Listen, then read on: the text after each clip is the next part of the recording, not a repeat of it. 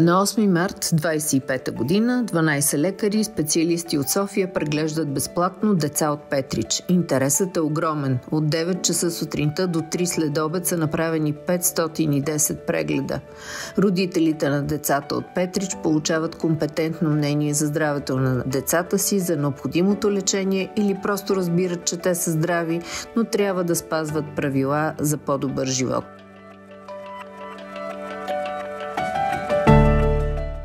Доктор Асен Меджидиев, председател на Столичната лекарска колегия, вече 12 години обикаля страната с инициативата Детско здраве. За първи път той и колегите му са в Петрич. Това е първият рейд на Детско здраве, инициативата на Столична лекарска колегия за 2025 година. За първи път се присъединяват екип от офталмолози от Александровска болница. Чия беше идеята? Аз съм много щастлив, тъй като съм един от инициаторите и създателите на тази кампания Детско здраве. След проведен разговор с професор Оскар на едно събитие, проведено в очната клиника на детската офталмологична клиника на Александровска болница, той прояви желанието да се присъедини, тъй като той също провеждаше подобна кампания, насочена само за очни заболявания при децата. Там също имаше прегледани от порядъка на около 25-30 хиляди деца, само за очни болести. И съвместно решихме, че обединявайки усилията си, присъединявайки се към тази кампания, ще постигнем доста по-добри резултати и ще търсиме един общо национален консенсус, така да го нарека. Другата новина, че се присъединява и доктор Дойчинов, с което правим нещо за първи път, нещо съвсем ново за кератодиагностиката. И силно се надявам, че при следващите ни посещения в други градове ще имаме и други присъединени се колеги.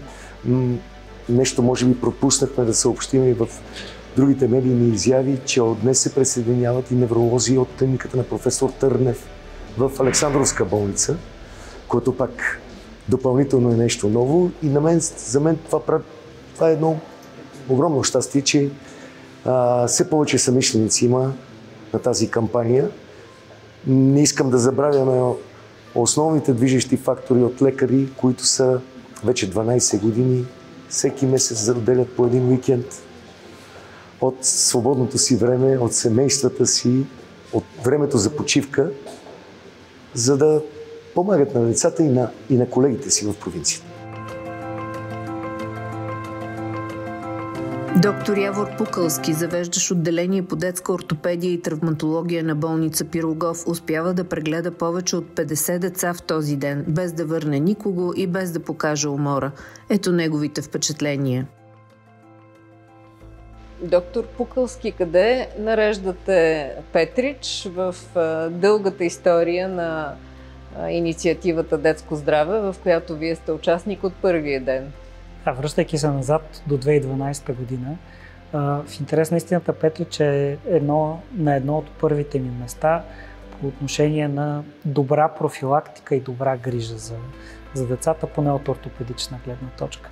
Големият проблем, който нееднократно сме обсъждали след другите такива кампании на Детско здраве, е проблема с профилактиката на детската тазобедрена става и конкретно ехографията, която е редно да се направи между 40 и 60 ден след раждането. Нещо, което много често се пропуска в други региони. Тук общо взето си е стандартизирано така, както е редно да бъде и както е по белия свят, така да се каже. Разбира се, наблюдават се нещата, които са класически за цяла България, изобщо за ортопедичната патология. Говорим за криви кръчета, за проблеми с стойката, за гръбначни изкривявания изобщо. И спорадичната травма или посттравматично усложнение, но като цяло мнението ми за Петрич и региона е високо. Днес кои бяха повече? Тези деца, които идват като за профилактика и мнение, или тези, които имат проблем? Може би по-равно. Не мога да кажа, че имаше тежък превес над едните над другите, но много разнообразна патология беше днес.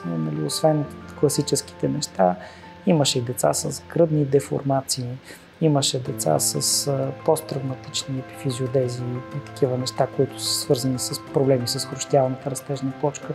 Изобщо така богата картина. На фона на този опит, който имате, информацията, която имате от различни градове в България, имате ли някакви препоръки, които биха могли да бъдат полезни на родителите, за да се предотвратят тези патологии? Препоръката ми е на първо място никога да не пропускат прегледите си при личния лекар, защото личният лекар е крайъгълния камък в профилактиката на едно дете.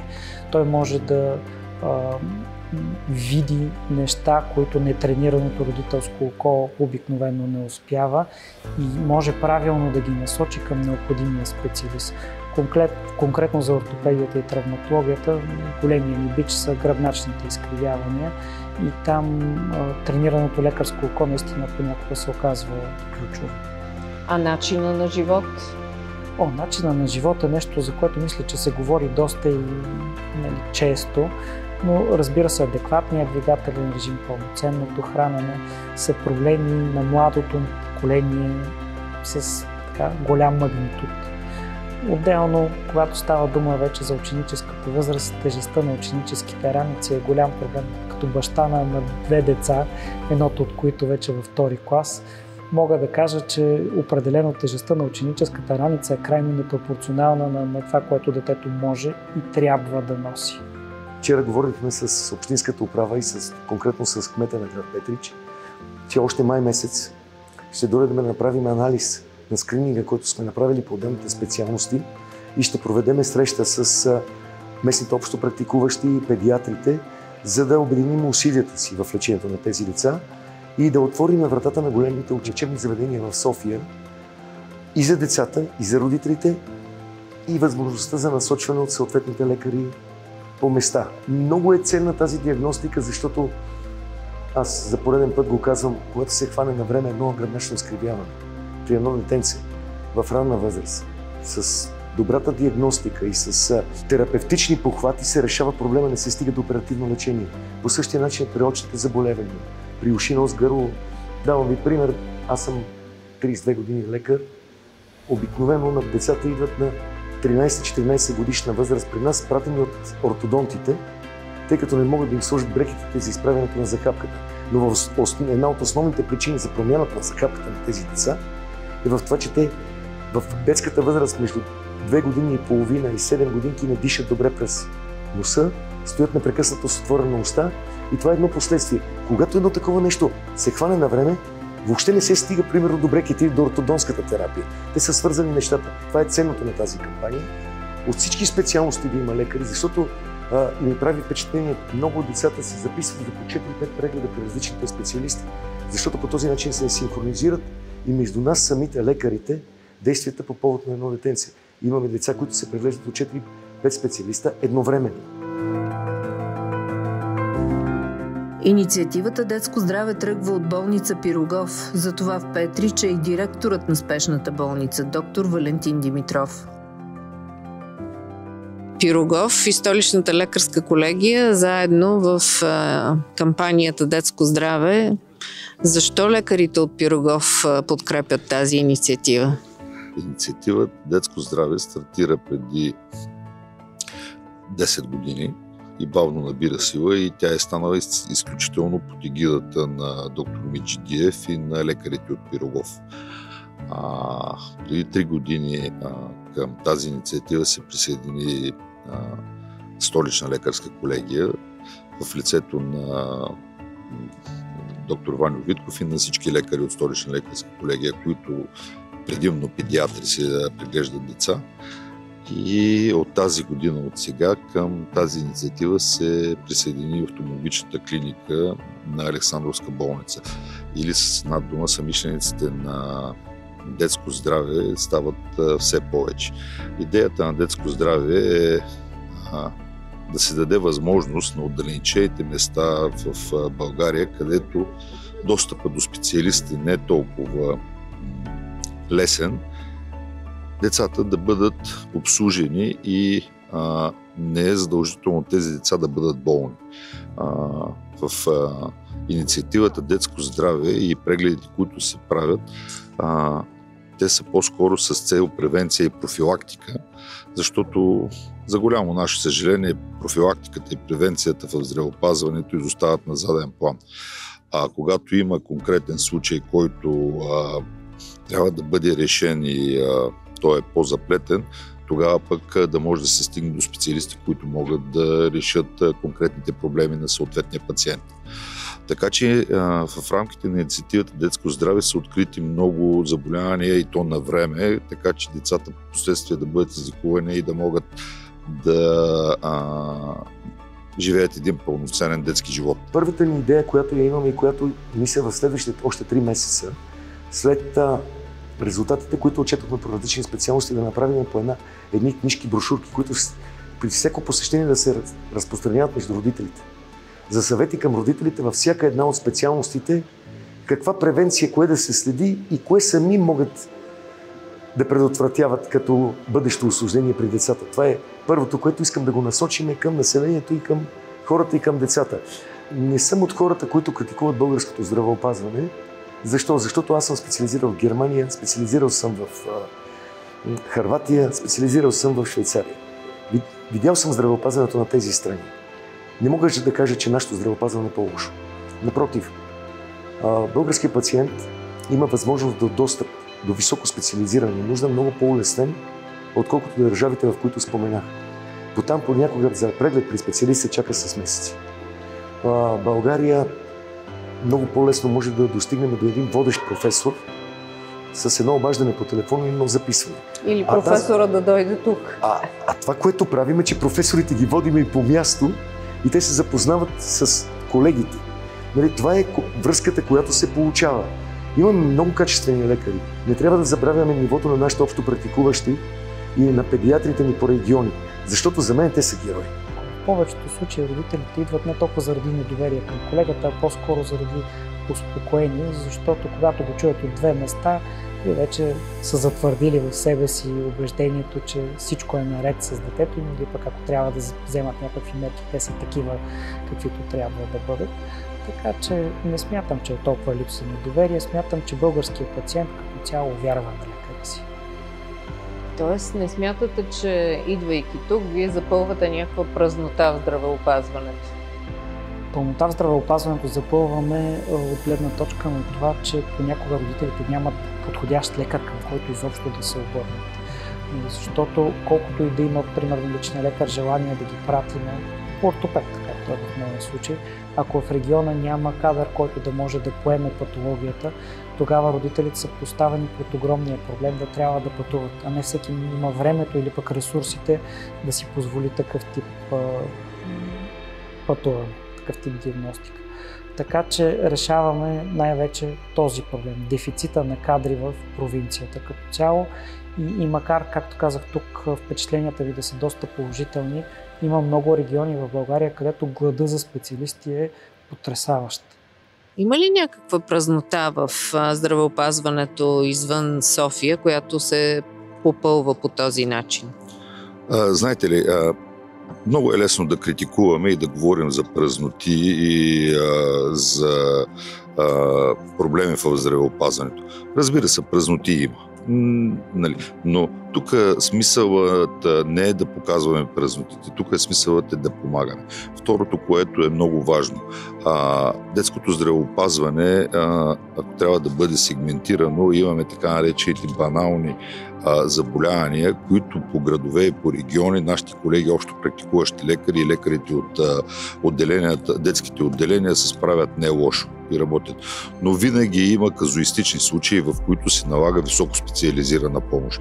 Има случаи, които са неизяснени поради тяхната диагностична трудност и това налага намесата и по-компетентния поглед на колеги, които работят в съответния сегмент, в съответната специалност тясно и могат да диагностицират или да уточнят диагнозата или пък да препоръчат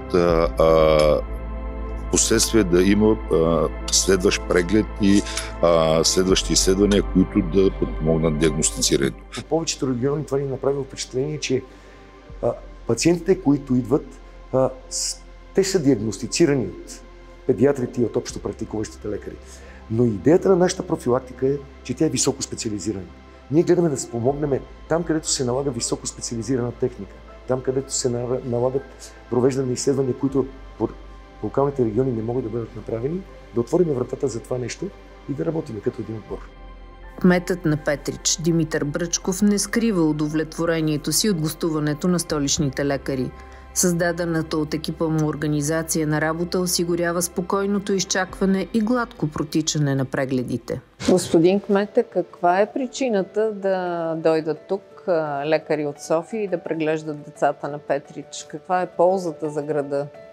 Като полза сме повече от категорични. Сами може да се убедите, над 300 записани деца. Това само по себе си показва със сигурност един огромен интерес. Може би, за съжаление, показва някакъв дефицит в здравната ни система. Такъв вид обаче инициативи като детско здраве, както е в момента, която се провеждат, дават възможност за един реален анализ, скрининг на ситуацията, така че да бъдем много по-наясно с здравния статус на младото поколение на България. Казвате, дава знак за проблем на здравната система. Какви са проблемите на здравеопазването тук в града? Това е една прекалено всеобхватна тема, но аз смятам, че ако всичко беше наред, такива инициативи като днешната нямаше да са необходими. Но точно в този момент са повече от необходими и благодаря на Столична лекарска колегия, както и на болница Пирогов за усилията, които правят в тази посока. Интересът е голям.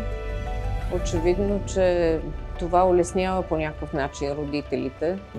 Със сигурност улеснява, дава, пак казвам, една възможност за правилно анализиране на ситуацията и на статуса на техните деца. Така че, ако има даден вид заболяване или има даден вид проблем, посоката, в която да се продължат. Изключително позитивен е обратния бекграунд, който дават родителите, чието деца днес са прегледани. Те знаят вече как да продължат, ако има проблем. Има ли достатъчно лекари в Петрич? Никога не са достатъчно. Това е казус в цяла България, но казусът е вързан доста административно през годините, така че, пак казвам, темата е прекалено всеобхватна. Но идването на специалисти, педиатричен профил и с различни по-профилирани специалности дава една различна възможност. Дава възможност родителите да не се затрудняват, да пътуват. Виждате днес празничен ден и колко много хора има, колко много хора искат да се възползват от тази благотворителна инициатива на Столична лекарска колегия и съответно на болница Пирогов. Професор Александър Оскар, началник на клиниката по очни болести в Александровска болница, е в Петрич заедно с доктор Светослав Дойчинов, изследовател на заболяването кератоконус, както и с офталмолози от клиниката. Професор Оскар, защо вашия екип се присъедини към кампанията Детско здраве на Столичната лекарска колегия? Защото искаме да обединим усилията си с останалите колеги, да достигнем до повече деца и да помогнем на повече родители. В случая ние с нашия екип ще осъществим очен скрининг на децата, както и изследване за кератоконус, тъй като района Югозападна България е ендемичен за кератоконус. Какво означава това? Е заболяване на роговицата, което се проявява с висока стигматизъм, но то прогресира и с времето води до необратима увреда на роговицата, която налага и трансплантация на роговица.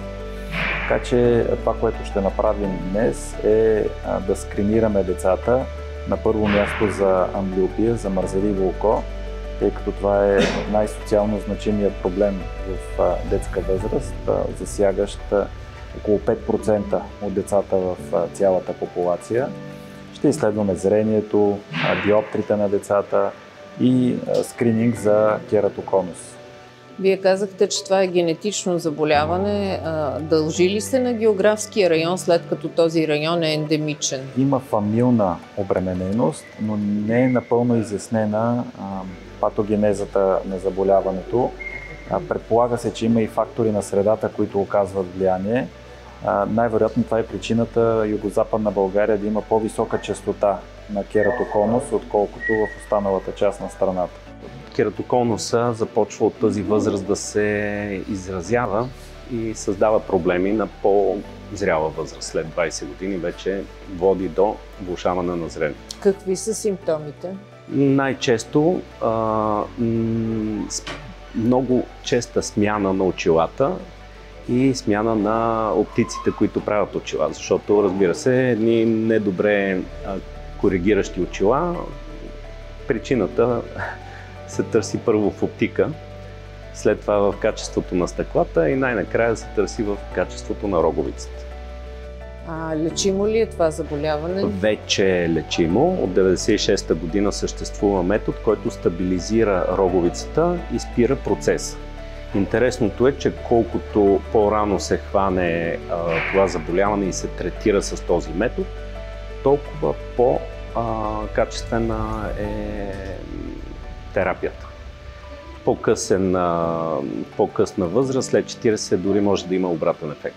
С доктор Меджидиев вече обсъдихме идеята да направим и по-широко мащабен скрининг на по-големи групи деца, зрение и слух, така че да обхванем максимален брой деца. Каква е вашата лична мотивация да участвате в тази кампания и ще продължите ли? Аз изобщо, когато трябваше да си избирам професия, избрах да бъда лекар. Избрах да бъда лекар, за да мога да помагам на хората. Така че мотивацията ми винаги е била тази, да мога да помагам на пациентите си. Много се радвам, че имах възможността да бъда включен в тая кампания още от нейното начало и се надявам да успея, докато работя изобщо, тази кампания да я има и аз да съм част от нея. И не ви тежи това, че в събота, в неделя ви няма при вашите деца? Страдам вътрешно за липсата им, но въпреки това удовлетворението, което получавам от това, че съм полезен за децата и за обществото изобщо е повече. А имате ли случаи, които проследявате, които ви търсят след това и в София и искат родителите да проследите лечението? Разбира се. Всеки един лекар има такива пациенти. Радвам се да кажа, че имам доста такива деца, с които даже и след като приключи периода на проследяване, продължаваме да поддържаме връзка с тях, с семействата и просто нас е една такава душевна топлина.